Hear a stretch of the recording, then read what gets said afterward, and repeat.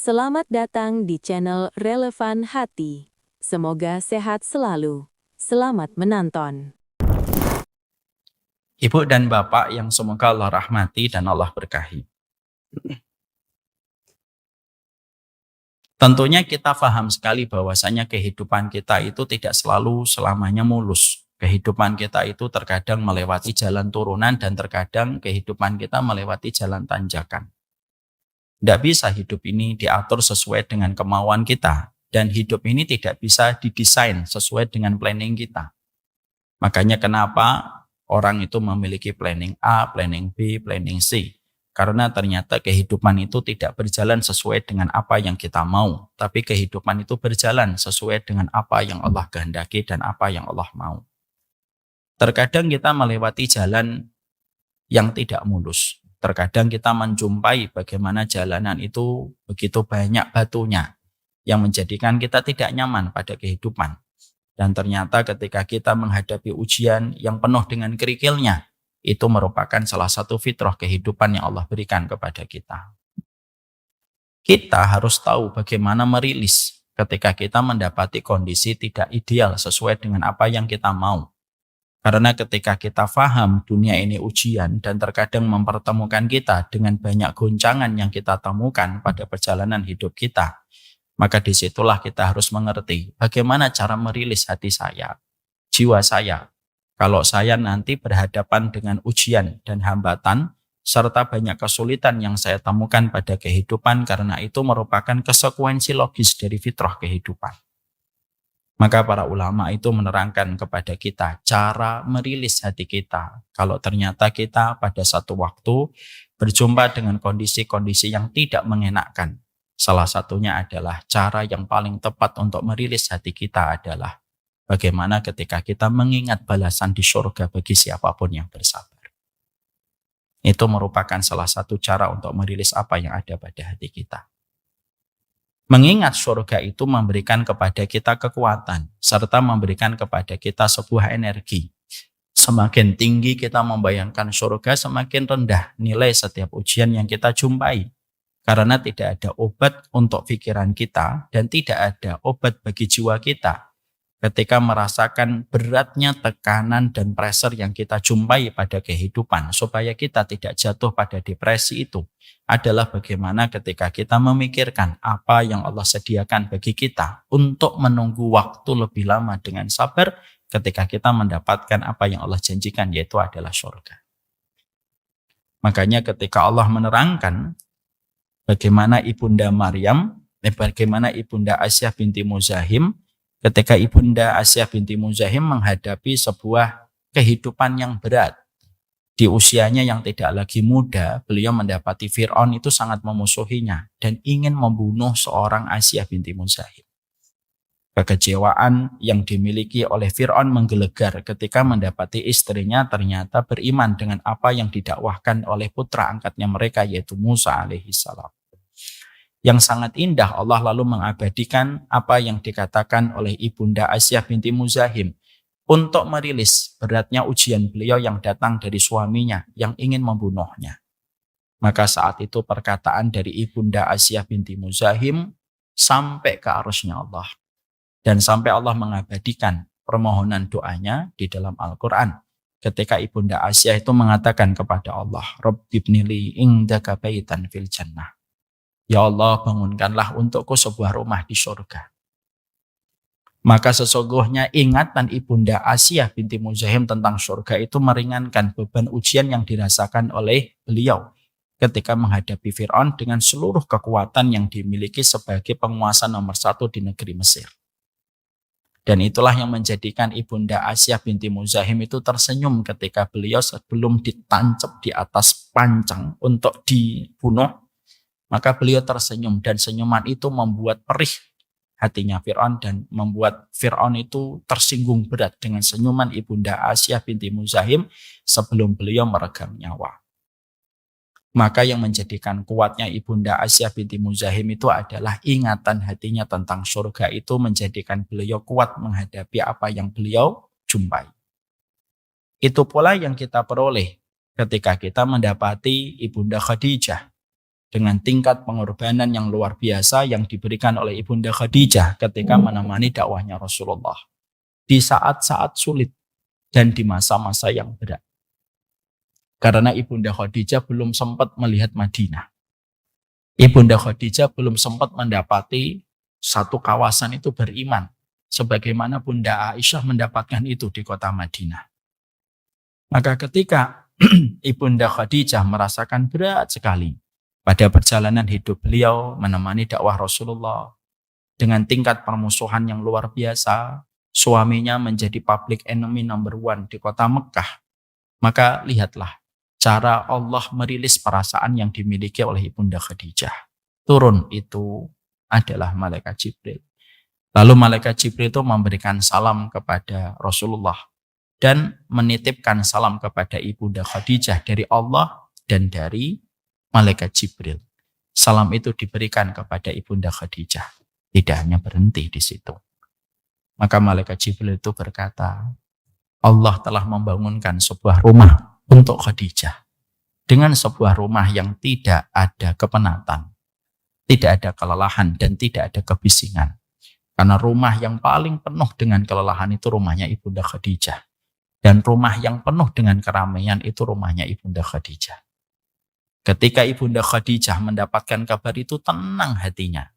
Dan jujur beliau berinteraksi dengan Nabi dan memberikan backup terbaik kepada Rasulullah SAW. Itulah yang disebut dengan energi besar pada kehidupan orang yang beriman. Hari ini kita hidup pada masa materialisme dan penuh dengan entertainment. Dan kita merasa bahwasanya energi kita itu kita dapatkan dari entertainment. Kita merasa bahwasanya energi kita peroleh dari kekuatan finansial dan materialisme. Bukan.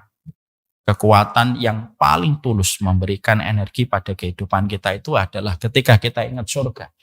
Karena sesungguhnya ingat surga itu selalu memberikan kekuatan bagi kehidupan seorang manusia. Saya tertarik dengan tulisan seorang wanita di sosial media. Semoga Allah merahmati beliau. Tulisannya bagus sekali. Saya ingin ceritakan di sini.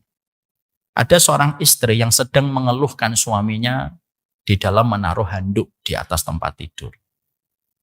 Seorang wanita berkata, saya itu paling sebel ngelihat suami saya meletakkan handuk di atas tempat tidur. Maka ketika suami saya selalu meletakkan handuk di atas tempat tidur, saya marah dan menyebabkan pertengkaran-pertengkaran di waktu pagi. Saya menyangka dengan kemarahan saya membuat suami saya bisa berubah. Tapi saya lupa bahwasanya suami saya punya ego yang begitu tinggi. Kemarahan demi kemarahan yang saya berikan kepada suami saya ketika dia menaruh handuk di atas tempat tidur, itu tidak mengubahnya. Insya Allah. Ini laki-laki yang pantang menyerah. Maka saya mengubah metodenya saya. Metode saya rubah dengan bahasa yang lebih halus tetapi menyindir. Untuk mengingatkan suami saya. Bagaimana saya mengingatkan dengan menyindir. Perkataannya lebih halus, frekuensinya lebih turun, volumenya lebih dikit. Tapi itu pun juga sama, suami saya juga tidak pernah berubah. Akhirnya saya kebingungan bagaimana urusan anduk di atas tempat tidur ini bisa selesai. Maaf ya ibu dan bapak, kadang-kadang kalau sudah suami istri, masalahnya itu tidak gede-gede amat. Masalahnya itu kadang-kadang urusan anduk atau urusan sofa yang terkadang makan kacang di atas sofa. Nah, bagi yang ketawa-ketawa ini semoga ibu-ibu diampuni dosa-dosanya oleh Allah. Maka pada saat itu saya mengubah lagi. Saya memakai kata-kata yang ketus supaya mengingatkan suami saya. Supaya suami saya tersindir, tertohok, tersudutkan dengan perkataan ketus saya. Saya tidak tinggi, tapi rendah, tapi ketus kepadanya. Tapi juga tidak berubah. Akhirnya saya menyadari bahwasanya saya ingin mengubah kondisi rumah. Supaya suami saya meletakkan anduk tidak lagi di tempat-tempat tidur. Itu bukan saya memberikan kepadanya perintah dan instruksi. Saya harus mengubahnya dari diri saya sendiri. Kata beliau. Yang saya lakukan adalah berdamai dengan pikiran saya sendiri. Dan itulah saatnya ketika saya berdamai dengan pikiran sendiri. Saya menempatkan anduk yang saya temukan di atas tempat tidur. Saya melihatnya bukan lagi handuk. Tapi saya melihatnya adalah permadani surga yang Allah turunkan di kamar saya. Ibu paham ini? Ya sudah, kalau udah paham saya pulang ya. Ketika saya melihat handuk itu adalah potongan permadani yang Allah turunkan dari surga untuk saya. Maka ketika saya mengubah pikiran saya, bahwasanya setiap pagi saya melihat handuk di atas tempat tidur, dan saya melihatnya itu adalah potongan permadani yang Allah turunkan dari surga untuk saya mengambilnya dengan tulus. Senyuman saya bukan senyuman menyeringai, tapi senyuman saya senyuman yang datang dari hati. Karena anduk hitam putih yang saya ambil dari suami saya, itu bukan anduk, itu potongan. Dan itu saya lakukan tiap waktu. Suami saya mulai melihat perubahan saya. Tidak ada kata ketus, tidak ada kata menyindir, tidak ada senyuman menyeringai dari bibirnya istri saya. Maka akhirnya ketika saya berubah semacam itu, bukan berubah handuknya tetap ada. Bekas dari handuk itu yang basah di tempat tidur masih ada. Tapi cara saya melihat handuk itu menjadi berbeda. Sehingga ketika mengambil handuk itu saya penuh dengan kegembiraan. Karena potongan permadani inilah yang nanti saya akan dapatkan di surga. Maka akhirnya setiap pagi saya menantikan mana potongan permadaninya. Bagus banget ya tulisannya. Saya tidak ngerti siapa penulisnya, tapi bagus banget. Akhirnya saya berusaha untuk terus memindahkan dengan tulus.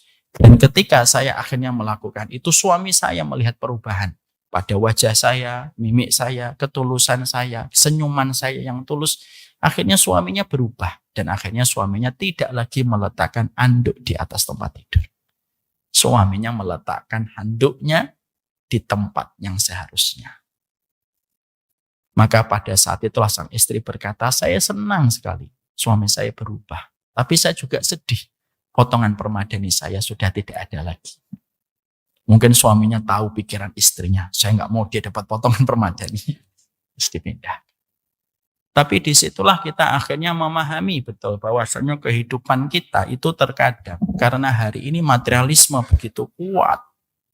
Hedonisme begitu menyengat pada kehidupan. Dan terkadang entertain itu begitu mengepung kita dari berbagai macam sisi, akhirnya kita lupa bahwasanya yang paling penting pada pikiran kita, sunnah itu tidak hanya ngurusin urusan masalah kita sholat. Sunnah itu bukan hanya ngurusin bagaimana kita umroh sesuai dengan sunnah Rasul. Sunnah itu bukan hanya ngurusin bagaimana kita puasa Asyura dan Tasu'a. Tapi sunnah itu mengatur bagaimana kita mengatur pikiran kita, dan tidak ada pikiran yang paling indah untuk diatur dalam hati kita dan jiwa kita, kecuali adalah kita itu selalu melihat masalah merupakan bongkahan properti surga yang sedang Allah turunkan untuk kita. Dan itu akan berbeda cara kita menyikapinya. Inilah yang menjadikan kita akhirnya semakin paham bahwasanya betapa pentingnya pada kehidupan kita itu menghadirkan surga. Dalam setiap pembicaraan, dalam setiap quantity time kita bersama dengan keluarga yang kita cintai. Karena sesungguhnya pembicaraan ini yang sudah mulai langka pada pembicaraan yang ada pada keluarga, tapi sebenarnya ini yang akan memberikan kepada kita sebuah kehangatan untuk memberikan kekuatan pada perjalanan kita yang jauh menuju kepada Allah. Semakin orang jatuh cinta kepada surga, karena surga itu sebanding dengan rahmatnya Allah, semakin dia menikmati proses perjalanan hidupnya. Semakin dia jauh ingatan dia tentang surga, semakin berat setiap ibadah yang dia lakukan, dan semakin berat setiap pengorbanan yang harus dia kerjakan. Karena sesungguhnya, sekali lagi, mengingat surga itu menjadikan kita rindu dengan kematian, karena tahu di balik kematian kita berjumpa dengan rahmat Allah yang sempurna. Saya teringat sekali dalam perjalanan seorang ulama besar, Imam Bukhari. Tentunya kita paham Imam Bukhari, ulama besar. Seorang ulama yang lahir dari tangan dingin seorang wanita yang terus mendoakan, karena Imam Bukhari ketika lahir dalam kondisi buta. Bapaknya meninggal dunia pada saat ketika Imam Bukhari masih sangat muda sekali. Maka Imam Bukhari itu ketika kecil sudah terkenal dengan kecerdasan beliau di dalam beliau itu menghafal. Tidaklah beliau itu ditampilkan kepadanya tentang hafalan Quran, tentang hafalan hadis yang salah kecuali beliau bisa membenarkan. Itulah Imam Bukhari. Yang dinobatkan sebagai imam para ulama hadis dunia. Itu adalah Imam Bukhari. Yang kitab yang disusun oleh beliau dinobatkan kitab yang paling sahih setelah Al-Quran adalah Sahih Bukhari. Pernah Imam Bukhari di masa muda, ketika belum genap usia 15 tahun, beliau itu dihadapkan kepada ada 10 ulama besar. 10 ulama besar ini sepakat, ayo kita uji hafalannya Bukhari. Nama kecilnya adalah Muhammad bin Ismail bin Ibrahim. Itu nama aslinya Imam Bukhari. Bukhara itu tempat tinggal lahirnya Imam Bukhari. Makanya dinisbatkan kepada Muhammad bin Ismail. Akhirnya namanya Bukhari. 10 ulama datang, satu ulama membawa 10 hadis yang dibuat berantakan. Berantakan matannya, isi hadisnya, berantakan sanadnya. Lalu satu ulama itu maju. Hadis ini, kemudian qala Rasulullah. Dan semuanya salah. Dari hadis pertama sampai 100 hadis. Lalu Imam Bukhari ditanya, bagaimana kamu ketika mendapati 100 hadis yang baru kami sebutkan dari 10 ulama yang hadir di depanmu ini? Imam Bukhari tenang, usianya belum genap 15 tahun.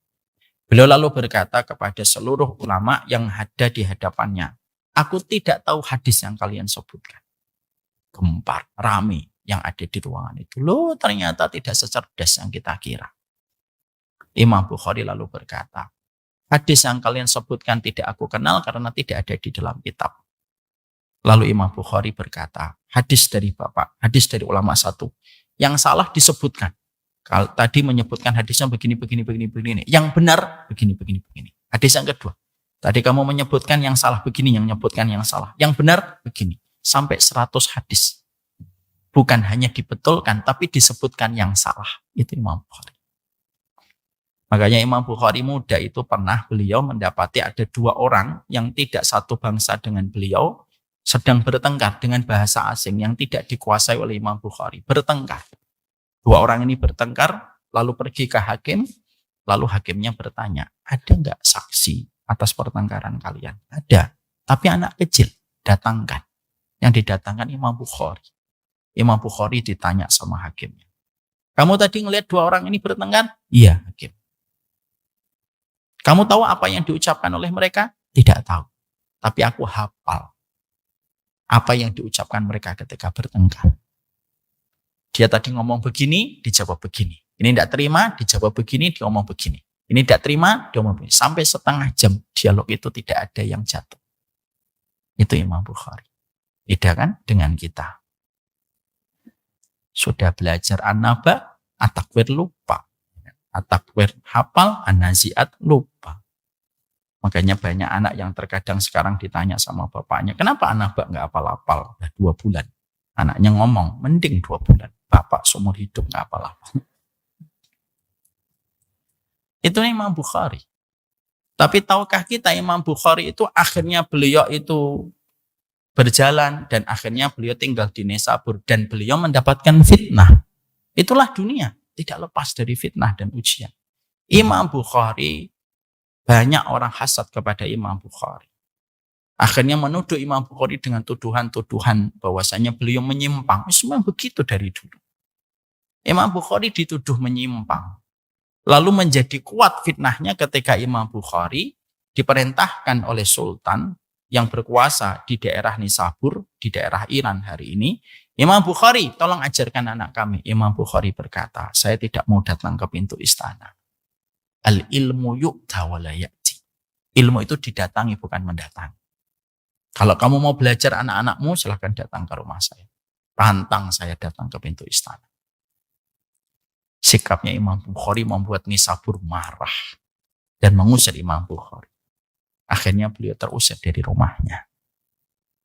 Beliau akhirnya melakukan perjalanan dari Nisabur menuju ke Bukhara, tempat kelahirannya. Kurang lebih 9 km, 9.000 km yang harus ditempuh Imam Bukhari pada saat itu. Ketika baru sampai di Bukhara, disambut dengan meriah, tidak lama. Setelah itu penguasa Bukhara itu mendapatkan surat dari penguasa Nisabur. Kalau hubungan bilateral kita ingin baik, kamu harus usir Bukhari dari daerah kekuasaan kalian. Akhirnya Imam Bukhari didatangi oleh para prajurit, diusir dari rumahnya. Imam Bukhari diusir dari rumahnya. Lagi merawat, lagi merapikan buku, ditahan sama prajuritnya. Nggak boleh, kelamaan. Sudah langsung keluar. Imam Bukhari keluar dari rumahnya. Tidak tahu harus kemana. Saat itu beliau ingin pergi ke Samarkand. Di Samarkand itu daerah yang berbatasan dengan Bukhara. Penguasa Samarkand sudah mendapatkan informasi dari penguasa Bukhara. Jangan biarkan Bukhari masuk ke daerah kalian. Ditutup bordernya oleh para prajurit. Imam Bukhari masuk ke Bukhara, tidak bisa. Masuk ke Samarkand, tidak bisa. Dan beliau akhirnya terlunta-lunta di pinggir jalan. Pada saat itulah Imam Bukhari teringat surga dan berkata, "Ya Allah, dunia yang asalnya lapang untukku, ini dunia terasa sempit ya Allah. Biarkan aku pulang ke kampungku akhirat yang engkau janjikan." Tidak sampai 1 kali 24 jam Imam Bukhari meninggal dunia. Di pinggir jalan. Terusir dari rumahnya. Tidak diterima di negeri Samarkand, diusir dari negeri Bukhara. Itulah Imam Bukhari. Apa yang kita ambil dari pelajaran Imam Bukhari? Itulah iman, itulah hidup. Hidup itu terkadang akan mempertemukan kita dengan ujian yang tidak pernah kita duga. Tapi ketika kita akhirnya tahu bagaimana cara kita merilis sesuai dengan apa yang disampaikan oleh Rasulullah, cara yang paling nikmat itu ketika kita ingat balasan yang kita peroleh ketika nanti kita menuju kepada Allah. Makanya Imam Bukhari itu mengatakan, dunia yang terasa luas untukku, ya Allah, hari ini terasa sempit ya Allah. Biarkan aku pulang menuju ke negeri akhirat yang kau janjikan. Dan Allah kabulkan. Allah bayar cash, Allah bayar kontan. Tidak sampai 1 kali 24 jam beliau wafat. Itulah negeri yang menjadi sebuah impian bagi kita semuanya. Inilah sebuah negeri yang menjadi negeri babak kedua bagi kita. Kita boleh kalah di babak pertama. Kita boleh sedih di babak pertama. Kita boleh kecewa di babak pertama. Tapi kita tidak boleh berantakan di babak kedua. Karena babak kedua itu tidak ada lagi perpanjangan waktu. Babak kedua itu adalah babak yang sebenarnya menjadi tolak kehidupan kita. Dan itulah yang menjadikan kita semakin paham. Mengingat surga itu memberikan energi kekuatan pada perjalanan hidup kita. Istri tidak akan kuat kalau dia menghadapi suami yang ternyata berbeda dengan apa yang diharapkan kecuali ingatannya surga. Suami juga tidak akan kuat terus menemani istrinya dengan bengkoknya, dengan kekurangannya, kecuali mengingat surga. Seorang dai tidak akan kuat berjalan pada dakwahnya yang mengundang pro dan kontra. Bahkan terkadang dakwah itu mempertemukan kita dengan musuh yang sebenarnya dia tidak pernah jumpa dengan kita, tidak pernah ngobrol dengan kita, tapi membenci kita kayak membenci orang kafir. Apa yang membuat kita kuat? Satu, ingatan kepada surga. Apa yang bisa membuat kita bangun tengah malam? Surga. Apa yang bisa membuat seorang wanita menutup auratnya dengan cuaca yang panas? Surga. Apa yang membuat seorang laki-laki sebagaimana Yusuf ketika digoda oleh seorang wanita, ketika dia di negeri perantauan yang tidak ada satupun orang mengenalnya, yang menggodanya bukan wanita biasa, tapi mampu ditampik, ya karena surga. Surga itu merupakan perkara yang seharusnya selalu hidup pada hati dan pikiran kita. Makanya kata Imam Ibnu Qayyim di dalam kitabnya Hadil Arwah ila Biladil Afrah, yaitu bertamasya ke negeri akhirat. Imam Ibnu Qayyim itu berkata, setan itu yang senantiasa menjadikan ingatan manusia tentang surga itu hilang. Karena setan itu selalu datang di depan. Apa maksudnya setan datang di depan? Melupakan kita tentang balasan kita, tentang kebaikan kita, tentang kesabaran kita yang akan dibalas cash dan kontan oleh Allah. Itulah setan. Kenapa ingatan kita tentang surga itu tidak pernah bertahan lama, Ustaz?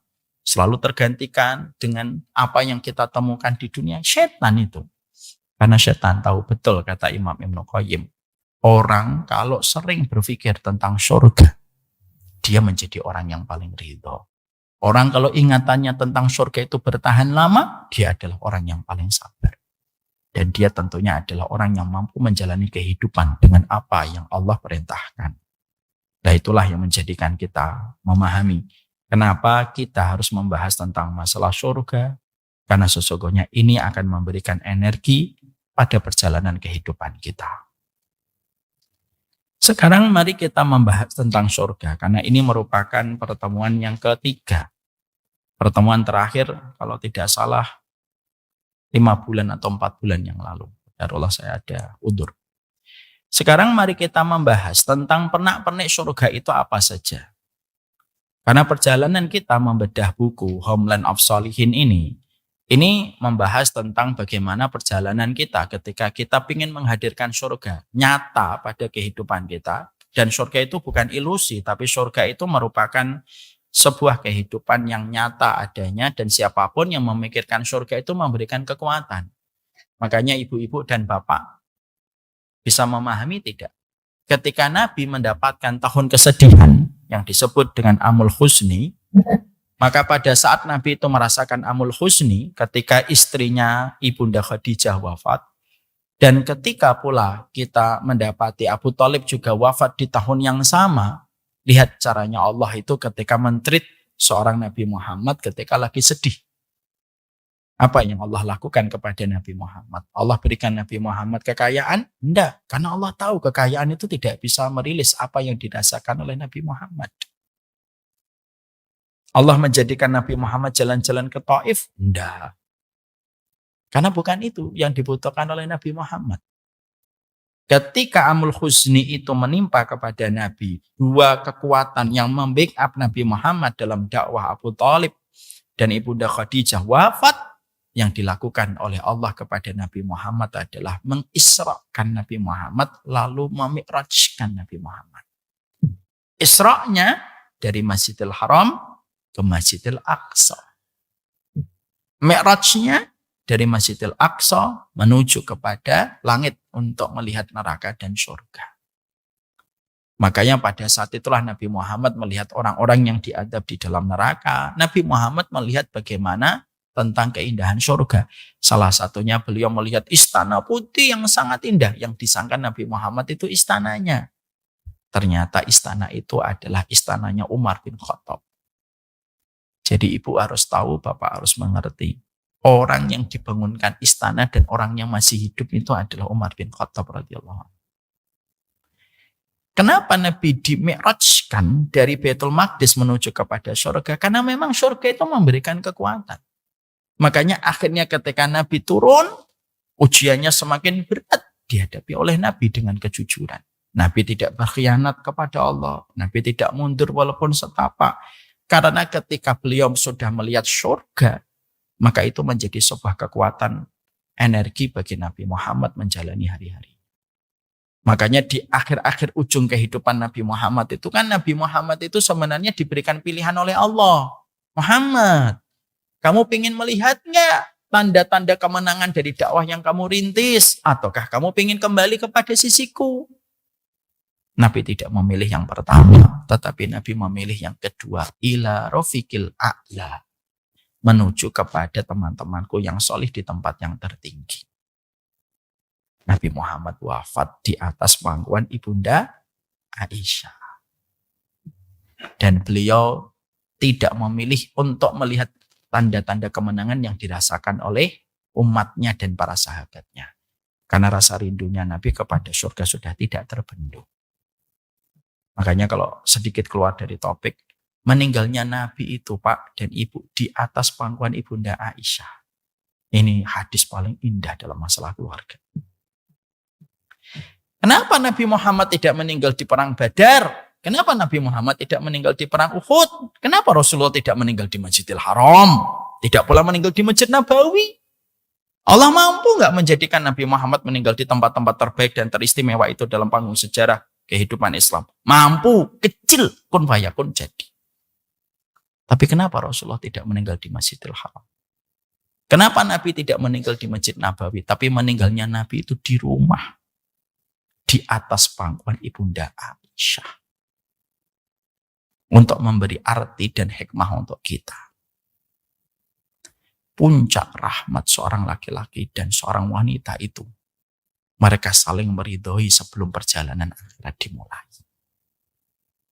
Makanya bapak dan ibu, kalau kita dapetin bapak kita sepuh di rumah sakit, apa permintaannya? Pulang. Saya pernah rawat bapak saya 20 di rumah sakit. Tidak ada satu hari kecuali tanya, kapan pulang? Nanti Pak, pulang. Pengen temu Mbak Risma sama Mas Yusuf. Nanti Pak, pengobatannya belum selesai. Pulang. Kenapa ibu kita kalau di ICU, salah satu permintaannya yang terus diulang-ulang itu apa? Pulang. Karena puncak rahmatnya seorang laki-laki dan perempuan berada di tengah keluarganya.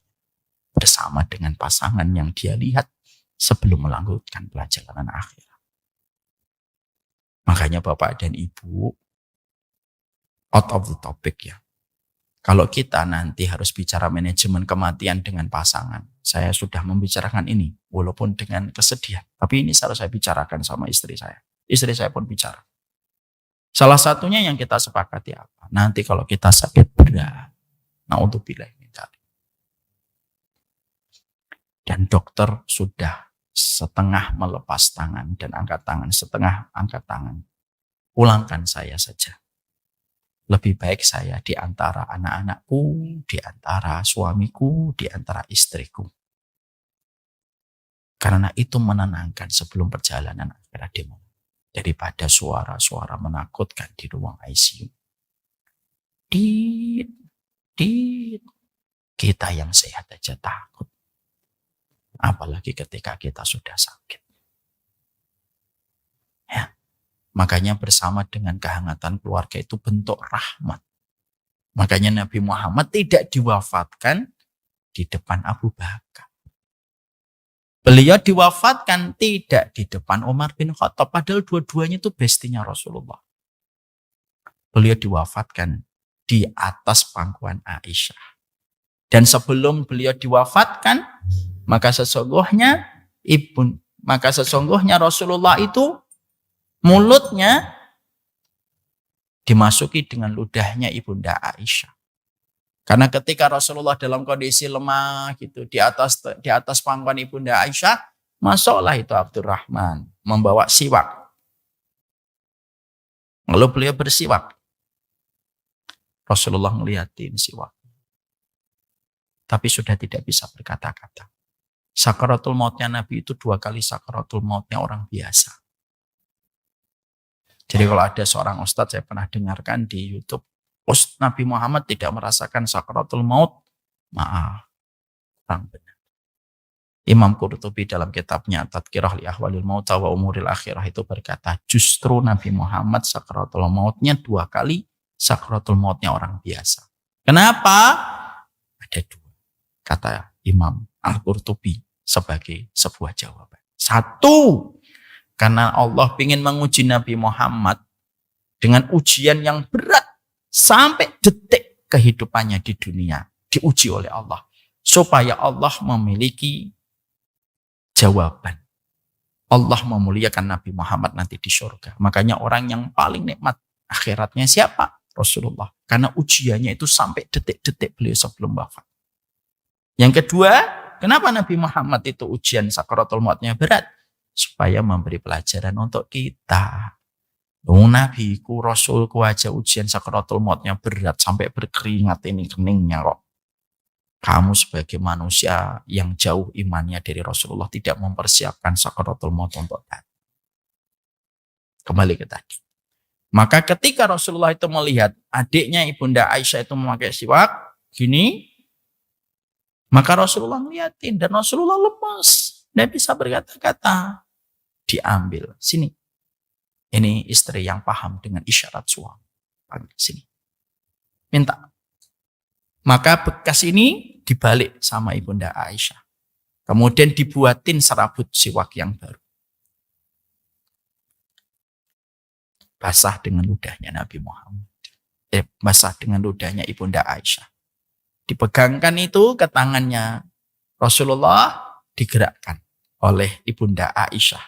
Ludah yang ada di serabut siwak itu bertemu dengan ludah mulianya Rasulullah SAW. Maka ludah terakhir yang ada pada mulutnya Nabi Muhammad yang begitu mulia itu ludahnya Ibunda Aisyah, istrinya. Itulah rahmat pada kehidupan manusia sebelum nanti melanjutkan kehidupan. Itulah yang Allah firmankan di dalam surat Ar-Rum 21. Wa min ayatihi an khalaqalakum min anfusikum azwaja litaskunu ilaiha wa ja'ala bainakum mawaddatan wa rahmah. Dijadikan kalian itu menikah sesama kalian itu supaya kalian mendapatkan sakinah, ketenangan. Makanya rumah itu di dalam bahasa Arab terkadang disebutnya baitun, kadang disebut sakanun. Kalau rumah itu terdiri dari batu bata, genteng, pasir, itu namanya baitun. Yang melindungi kita dari teriknya matahari dan dinginnya malam. Itu. Tapi ketika rumah itu memberikan ketenangan, namanya sakan. Makanya kalau ada seorang laki-laki dan perempuan, dia mendapatkan banyak persoalan di luar rumah, halilintar, kilat, menyambar-nyambar, tapi sekalinya dia pulang, membuka pintu, cekrek. Suara halilintar itu hening. Modenya langsung mode hening, tidak lagi mode nyaring. Berarti rumah itu adalah sakan. Ya, makanya itu sakan. Lalu yang kedua mawaddah. Kecintaan yang dalam yang disertai ibadah. Tidak semua kecintaan yang dalam itu disertai ibadah. Kalau begitu namanya mahabbah. Tapi kecintaan yang dalam tetapi disertai ibadah namanya mawaddah. Puncaknya rahmat. Ketika manusia itu meninggal dalam kondisi saling meridhoi di antara pasangan mereka. Itulah Rasulullah. Jadi Rasulullah itu memilih kehidupan di akhirat. Makanya ketika Nabi dalam kondisi puncak-puncaknya itu ada Ibunda Aisyah, ada Ibunda Fatimah, Rasulullah melihat ke atas puncak wafatnya Nabi ketika Nabi tiba-tiba menggerakkan tangannya lalu mengatakan ila rafiqil a'la. Menuju kepada para sahabatku di tempat tertinggi. Jatuh tangannya Nabi, lalu berubah posisi wajahnya Nabi ke sebelah kanan. Berkeringat dahinya Nabi Muhammad SAW. Berkeringatnya orang mukmin itu tanda husnul khatimah. Jadi kalau ibu dan bapak melihat temannya wafat, lalu dahinya berkeringat diusap. Masih berkeringat, diusap lagi. Itu tanda husnul khatimah. Dan Nabi jauh sebelum wafat, beliau sudah mengatakan, mautul mu'min bi'arqil jabin. Wafatnya orang beriman itu kalau dia diterima imannya oleh Allah, dijadikan dahinya berkeringat. Jadi jangan sampai nanti kalau ada orang meninggal dunia, wah dahinya berkeringat, AC-nya dong hidupin. Nggak ada hubungan dengan AC. Ya. Jadi di situ kita mendapatkan dan kita menjumpai bahwasanya surga itulah babak kedua. Makanya sekali lagi kalau kita berkata, makanya semuanya itu dibangun oleh Nabi itu diksinya itu diksi akhirat. Makanya Rasulullah itu sampai mengatakan, idza ra'aita ma yu'jibuka faqul innal aisha aisyul akhirah. Makanya Nabi itu seluruh dalam setiap pengajarannya itu selalu menciptakan karakter pendidikan yang betul-betul hatinya itu sudah tertambat dengan surga. Itulah pendidikan Nabi. Kalau pendidikan kita hari ini itu apa? Hanya memenuhi kebutuhan industri. Itu pendidikan kita hari ini. Industri butuh apa? Ayo kita siapkan. Kalau pendidikan Nabi bukan kebutuhan industri. Kebutuhan kependidikan Nabi itu adalah bagaimana Nabi itu menambatkan kepada orang yang beriman itu hatinya itu ke surga. Makanya Nabi selalu ngajarinya apa? Surga, dan akhirat. Terus saja. Makanya ketika Nabi mengatakan, kalau kalian melihat sesuatu yang membuat kalian kagum dengan dunia dan kalian belum memiliki itu, katakanlah, kata Rasulullah, innal aisha aisyul akhirah. Kehidupan kami adalah kehidupan di akhirat. Jadi kalau ibu nanti ngeliat rumah yang bagus, jangan disolawatin. Oh, apa hubungannya solawat dengan rumah bagus? Jadi kalau nanti lihat mobil sport itu jangan sholawatin. Apa hubungannya? Maaf ini saya harus ingatkan ini. Karena tidak ada hubungannya sholawat dengan kekayaan. Berapa banyak orang yang tidak beriman itu punya mobil yang mewah, punya rumah yang mewah, tapi tidak pernah sholawat. Jangan merendahkan arti sholawat yang harusnya menjadi cermin kecintaan kita kepada baginda. Makanya Rasulullah mengatakan, kalau kalian melihat sesuatu yang mengagumkan, katakanlah, innal aisha aisyul akhirah. Ayo bareng-bareng yuk. Innal aisha. Bareng-bareng. Innal aisha aisyul akhirah. Sesungguhnya kehidupan kami adalah kehidupan dia. Kalau lihat mobil bagus, belum bisa kita punya, ya sudahlah, moga-moga dapatnya nanti di akhir.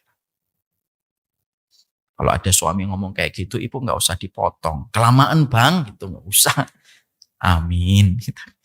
Jadi itu yang menjadikan kita akhirnya tenang, gitu loh. Karena babak kedua itu memberi harapan. Makanya kita tuh senang banget ketika kita beriman tuh ada hari akhir. Kenapa kita senang? Karena ada harapan. Final Piala Champion itu, kalau hanya satu leg, nggak enak. Tapi kalau ada dua leg pertama dan leg kedua, kalau gagal, kalah di leg pertama, masih ada babak kedua. Untuk kita membalas kekalahan. Maka sesungguhnya iman kepada hari akhir ketika Allah mengingatkan kepada kita ada surga itu memberikan kepada kita itu kelapangan, harapan. Karena apa yang kita temukan ketika di dunia tidak sesuai dengan apa yang kita kehendaki, maka ada harapan yang Allah berikan kepadamu pada kehidupan di akhirat. Itu yang menjadikan kita paham. Kenapa setiap iman kepada Allah itu selalu disertai iman kepada hari akhir. Karena kita disetting oleh Allah hidupnya tidak sekali. Allah mendefault kita itu settingan kita itu apa? Hidupnya 2 kali. Dan hidup di akhirat itulah yang menjadi salah satu titik perhatian kita. Nah, itulah kenapa kita membahas tentang surga. Karena sekali lagi surga itu memberikan energi pada perjalanan hidup kita. Sekarang mari kita membahas pernak-pernik tentang surga terlebih dahulu. Pernak-pernik surga itu ada 10 pernak-pernik. Jangan sampai kita terkena paham minimalisme. Oh, surga itu nanti ada banyak mainan. Itu surga yang dulu kita pahami ketika masih kecil di bangku SD. Tentunya kita harus upgrading dan salah satu yang kita upgrade dalam rumpun ilmu adalah bagaimana kita memahami konteks surga. Maka sesungguhnya mari kita memahami konteks surga yang kita harus mengerti dan harus kita memahaminya dengan baik.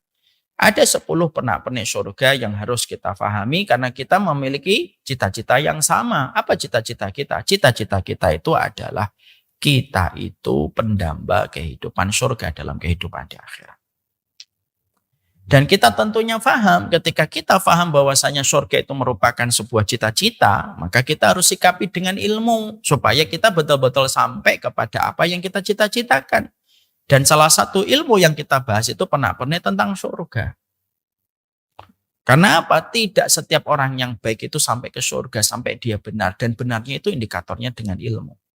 Makanya Abdullah bin Mas'ud, beliau berkata, "Kam min muridil khair la yusibuh." Berapa banyak orang yang baik tidak sampai ke surga. Kenapa? Jalannya salah. Maka itulah yang menjadikan kita akhirnya harus memahami apa yang harus kita mengerti tentang surga. Ada 10. Pernak-pernik, prolog, dan mukadimah pembahasan kita masalah surga. Kita bahas nomor 1. Yang pertama, surga itu terletak di antara rahmat dan ibadah.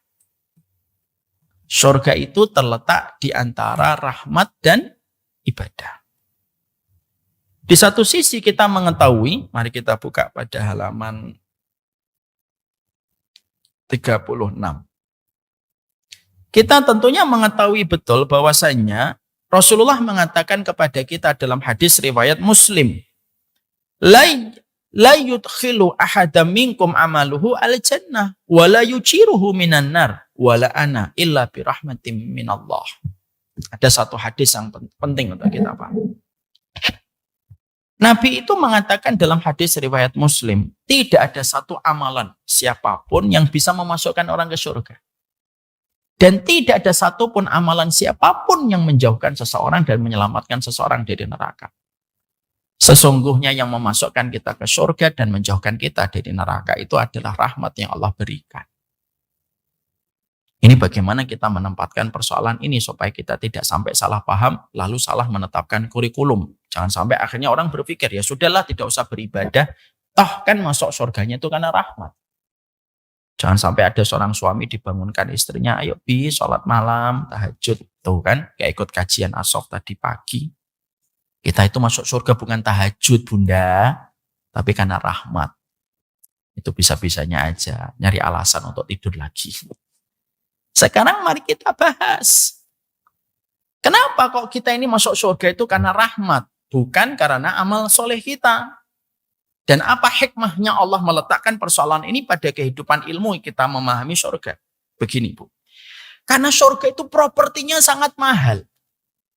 Saking mahalnya properti surga, amalan kita itu kalau dikumpulkan, dia akan pernah sebanding dengan properti surga dengan nilainya yang fantastik, yang tidak akan mampu terjangkau dengan seluruh usaha yang kita lakukan dalam kehidupan kita. Tidak usah sombong dalam amal soleh. Itu yang Allah ingin tekankan. Nah surga itu mahal Ustaz, mahal. Tidak usah kita bicara surga, kita bicara yang paling real aja. Apa properti paling mahal di dunia ini? Bukan di Washington, bukan pula di California, bukan pula di Beverly Hills. Tidak. Properti paling mahal itu Masjidil Haram. Di sekitarnya. Satu meternya itu bisa ratusan miliar. 1 meternya. Orang semacam saya, hidup mati, hidup lagi, mati lagi, hidup lagi kerja. Belum tentu bisa beli 1 miliar. Nggak tahu ya kalau bapak-bapak sini, mungkin 3 kali lah hidup matinya. Kalau saya mungkin 4 kali lah. Saking mahalnya properti yang ada di Masjidil Haram. Kalaulah properti di sekitar Masjidil Haram, kita saja, kita peres keringat kita untuk kerja, belum tentu kamu bisa mendapatkan dan bisa membeli properti di pinggir Masjidil Haram, apalagi properti surga. Makanya nanti kita mendapatkan surga itu bukan karena amal soleh kita, karena rasa belas kasih Allah dalam bentuk rahmat yang Allah berikan kepada kita. Makanya ada sebuah sabda Nabi dan hadis Nabi yang menjelaskan tentang itu. Ada seseorang laki-laki dari Bani Israel beribadah kepada Allah 500 tahun. Ketika dia beribadah selama 500 tahun, maka dia ketika dibangkitkan, dihisab oleh Allah, maka dia mendapatkan izin dari Allah memasuki surga. Udkhulul jannah, masuklah kamu ke surga. Lalu Allah mengatakan masuk kamu ke surga dengan rahmatku. Lalu orang itu berkata, ya Allah, saya ini masuk surga karena amal solehku. No, enggak. Kamu enggak masuk surga karena amal solehmu. Kamu masuk surga karena rahmatku. Enggak ya Allah, saya masuk surga karena amal solehku. Lalu Allah memanggil malaikat maut, malaikat. Hitung amal orang. Dihitung 500 tahun dia beribadah kepada Allah. Setelah dihitung oleh para malaikat, Allah memerintahkan kembali. Konversikan amal soleh yang telah dia lakukan selama 500 tahun, lalu timbang. Untuk membayar nikmatku yang aku berikan kepadanya di dunia dulu. Nanti kalau ada sisa, baru bayar kenikmatan properti surga yang aku janjikan kepadanya. Akuntan paling handal dan akuntan paling jujur, tidak butuh waktu, langsung dikonversikan. Langsung malaikat lapor sama Allah. Sudah kami hitung ya Allah. Sudah dikonversikan. Sudah ya Allah. Terus sesungguhnya seluruh amal yang dia tunaikan selama 500 tahun. Membayar kenikmatan mata sebelah saja masih kurang ya Allah. Belum kenikmatan mata sebelah. Belum kenikmatan hidung. Belum kenikmatan jantung. Belum kenikmatan liver. Belum kenikmatan lambung. Coba Pak, kita dan Ibu. Kita ini dapat kenikmatan organ tubuh. Saking nikmatnya, kita tidak usah ngasih instruksi apa yang harus dilakukan, dia sudah melakukan. Itu saking nikmatnya. Pernah nggak malam itu kita minta sama Allah, ya Allah nanti besok rezeki air saya 3 liter. Karena ginjalnya harus segini. Ginjalnya harus begini ya, livernya harus begini. Coba kalau kita hidup harus kayak gitu. Mungkin malam tidak akan pernah bisa tidur nyenyak kita. Karena khawatir ada yang belum kita kasih instruksi. Dan besok kita mati gara-gara lupa instruksi. Tapi saking Allah itu cintanya kepada kita, semua berjalan tanpa kita minta. Makanya ketika tadi 500 tahun dia dihitung, kata Allah, hanya membayar mata sebelah. Sebelahnya belum. Belum alisnya, belum rambutnya, belum kulitnya, belum tangannya, belum kakinya, belum udaranya, belum airnya, belum buahnya, belum padi. Semuanya belum, ya Allah. Hamba itu terdiam. Lalu Allah berfirman kepadanya, masuk surga, kasih belasku. Iya ya Allah, aku masuk surga karena rahmat. Masuklah ke surga. Maka di situ akhirnya memberikan kepada kita sebuah penegasan.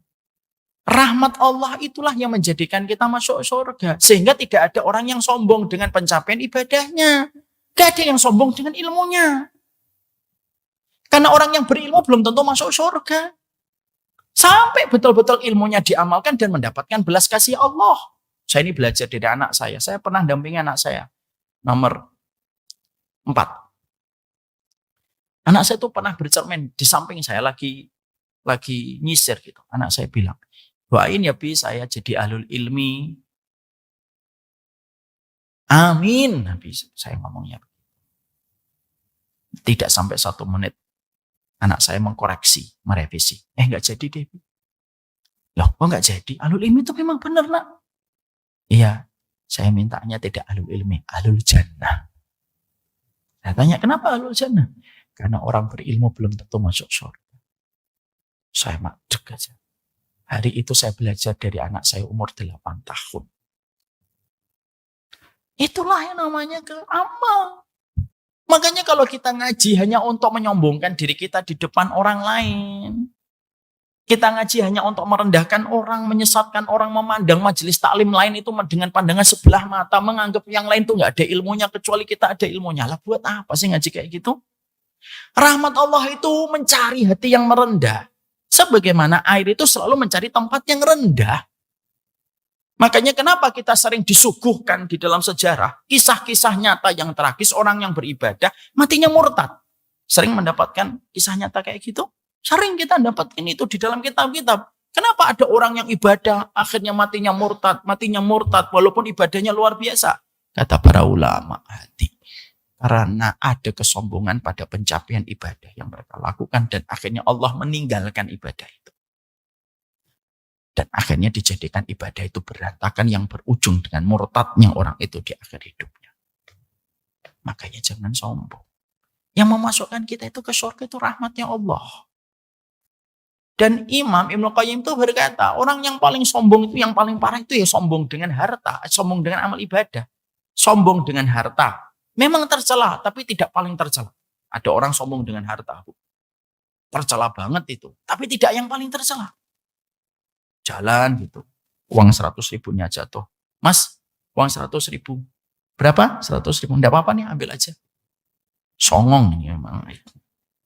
Tapi dia tercela, tapi bukan yang paling tercela. Ada orang yang sombong dengan jabatannya, tercela kata para ulama, tapi bukan yang paling tercela. Siapa yang paling tercela? Orang-orang yang berada di majelis taklim, di masjid, di tempat-tempat kebaikan, lalu sombong dengan ibadah. Dan ilmunya yang belum tentu keduanya diterima oleh Allah. Makanya yang memasukkan manusia ke dalam surga itu rahmatnya Allah. Terus kalau gitu enggak beribadah Ustaz? No, enggak. Kamu dapat rahmatnya Allah itu ketika kamu beribadah. Karena beribadah itu mengumpulkan poin-poin yang bisa poin-poin itu terpilih mendapatkan rahmatnya Allah. Makanya tidak mungkin orang yang tidak beribadah mendapatkan rahmatnya Allah. Wong yang beribadah aja belum tentu dapat rahmatnya Allah, apalagi tidak beribadah. Kita tetap beribadah. Tapi ibadah yang kita bangun itu tidak boleh kita banggakan, menjadikan hati kita jumawa, jiwa kita menjadi sombong, merendahkan orang. Ibadah itu tetap menjadikan kita merendah. Dan ibadah itu poin-poin yang kita kumpulkan supaya kita bisa berkesempatan tambah besar mendapatkan rahmatnya Allah. Ingat gak dulu ketika waktu kecil ada kuis jari-jari gitu. Ingat? Dulu setiap orang yang ngikutin ada poin-poinnya dimasukkan ke di bola besar. Ingat dulu? Lalu diputar bola besarnya. Nanti yang keluar nanti ditelepon. Semakin kita banyak mengumpulkan poin, semakin banyak bola-bola kita di dalam tempat bulat itu supaya tambah besar kemungkinan untuk keluar. Supaya mendapatkan hadiah. Sama sebenarnya analoginya. Lalu kenapa kalau kita masuk surga karena rahmat kita harus ibadah? Karena ibadah kamu itu mengumpulkan poin-poin yang semakin banyak. Dengan semakin poin yang banyak, memperbesar kemungkinanmu untuk mendapatkan.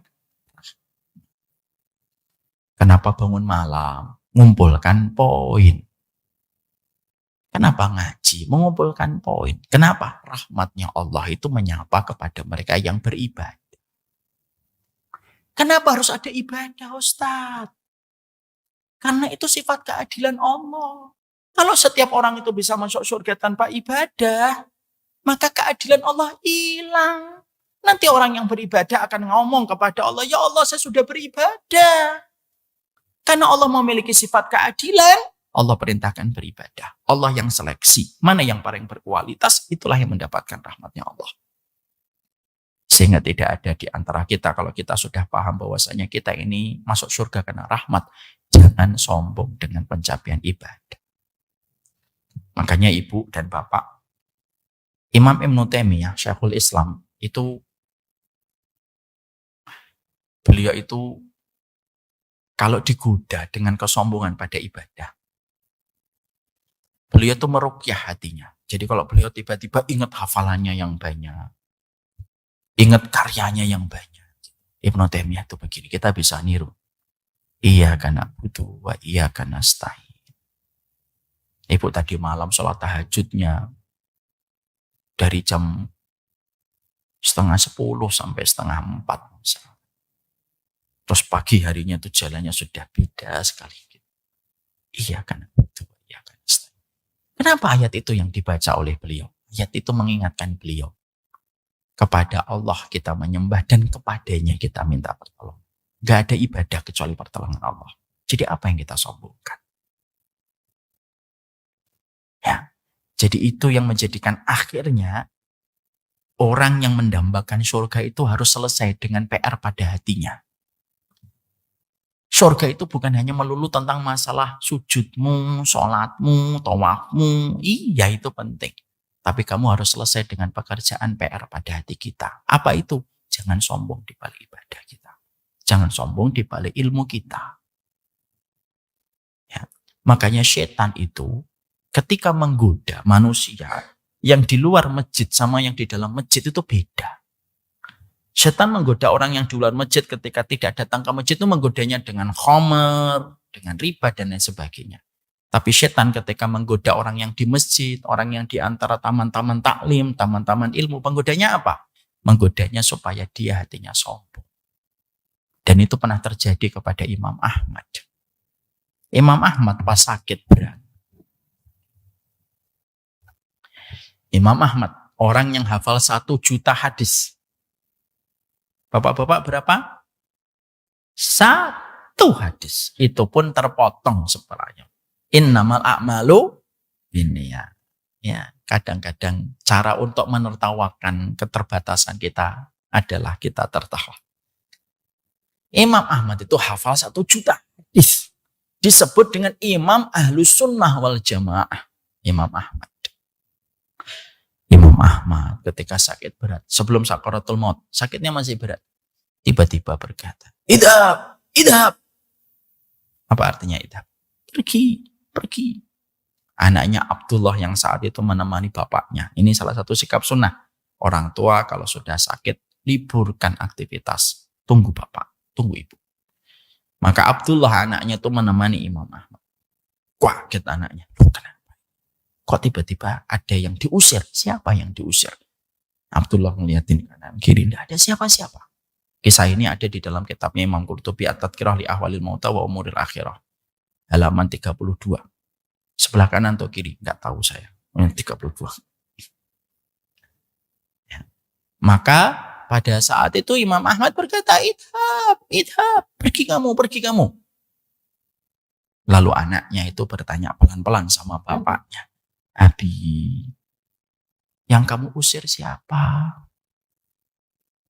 Imam Ahmad, seorang yang telah dinobatkan sebagai Imam Ahlus Sunnah, Kalau Imam Syafi'i disebut nasirus sunnah. Kalau Imam Syafi'i disebut penolong sunnah.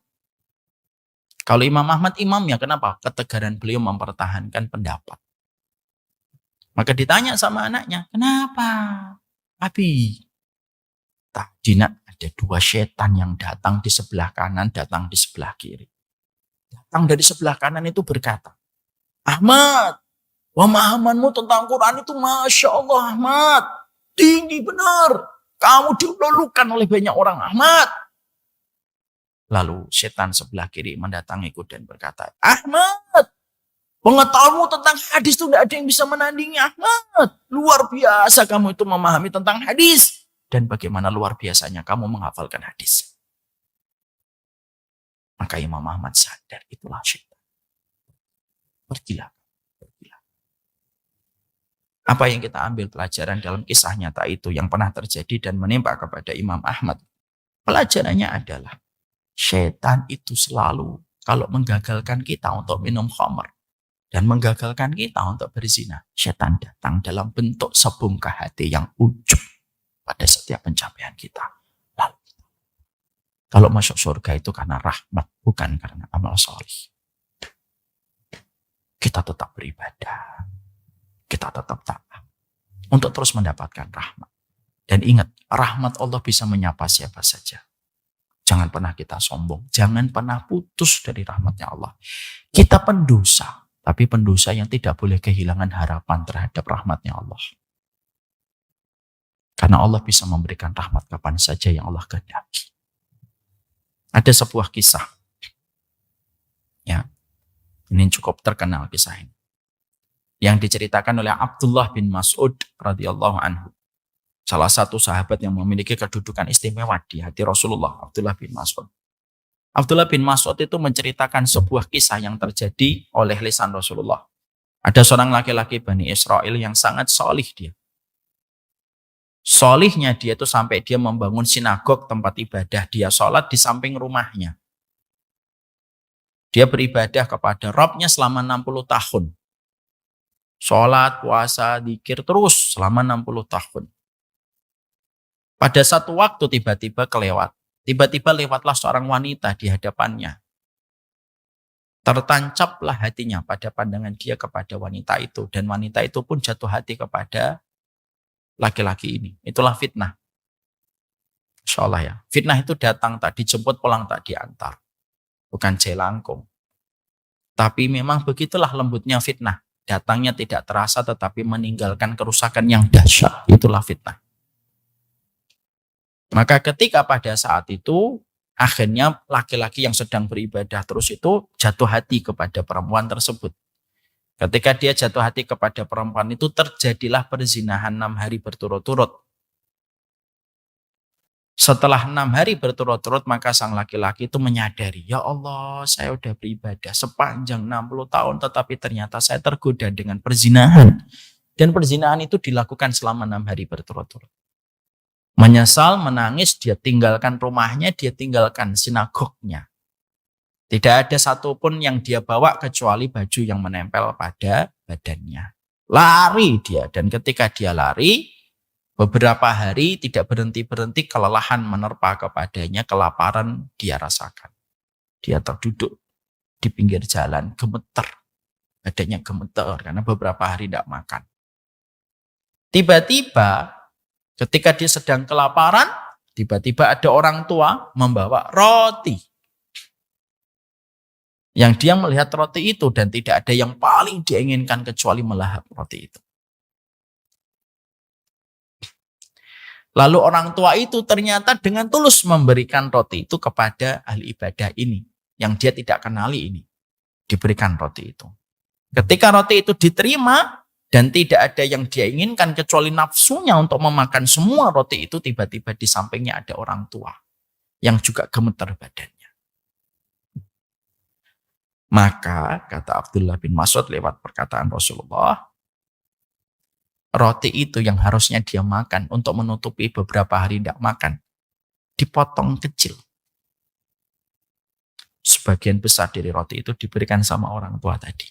Dia makan roti cuma 1 kunyahan. Setelah itu wafat pemuda tersebut. Ketika akhirnya wafat, akhirnya disidang sama Allah di dalam hisabnya, kata Rasulullah.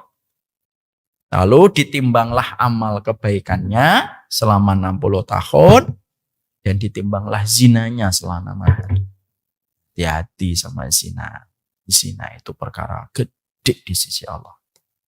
60 tahun ibadah, 6 hari berzina. Ternyata lebih berat zinanya. Itulah zina. Zina itu merusak kehormatan, nasab, akal, agama. 4-empatnya rusak seketika kalau orang berzina. 6 hari berturut-turut. Lebih berat daripada ibadahnya selama 60 tahun. Lemeslah orang itu. Lalu kata Rasulullah SAW, Allah mengatakan, zanaita sittata ayyam. Kamu telah berzina 6 hari. Dan ini lebih berat daripada ibadahmu selama 60 tahun. Setelah dia. Tiba-tiba Allah berfirman kepadanya, ada satu yang belum aku timbang. Ada satu yang belum aku timbang. Apa yang belum engkau timbang, ya Allah? Sepotong roti yang kamu kunyah dan sebungkah roti yang kamu hadiahkan sama orang. Dia berkata, sebungkah roti itu apa artinya dibandingkan zina 6 hari berturut-turut? Roti ini diberikan dengan tulus keikhlasan. Tidak ada ujub, tidak ada kesombongan, tidak ada riak. Karena dia memberikan di tempat yang tidak ada satupun orang mengenali dirinya. Dan dia memberikan roti itu ketika hajat dan syahwatnya itu pingin memakan roti itu. Tapi justru dilemahkan syahwatnya untuk dia berikan roti itu kepada orang. Roti itu akhirnya ditimbang sama Allah. Sampingnya zina 6 hari berturut. Maka beratnya roti itu lebih berat daripada zina. Ini bukan berarti, roti, gitu. Enggak gitu Pak. Saya khawatir nih bapak-bapak ini. Ya jangan gitu ya Mas Billy ya. Beli roti nanti banyak di mobilnya. Ibu-ibu juga jangan curiga kalau suaminya beli roti. Ini apakah udah hubungannya dengan gaji? Enggak juga. Maka akhirnya berat roti itu. Karena roti itu diberikan ketulusan, tidak ada kesombongan, tidak ada riak, dan tidak ada yang dia inginkan pada saat itu kecuali makan roti. Tapi dia kalahkan keinginan itu. Itulah yang menjadikan akhirnya lebih berat. Dan Allah mengampuni dosanya. 60 tahun ibadahnya tidak bisa melawan zina karena ibadahnya tercampur dengan kesombongan. Sebungkah roti Allah terima ketika dilakukan dengan sepenuh hati, segenap ketulusan.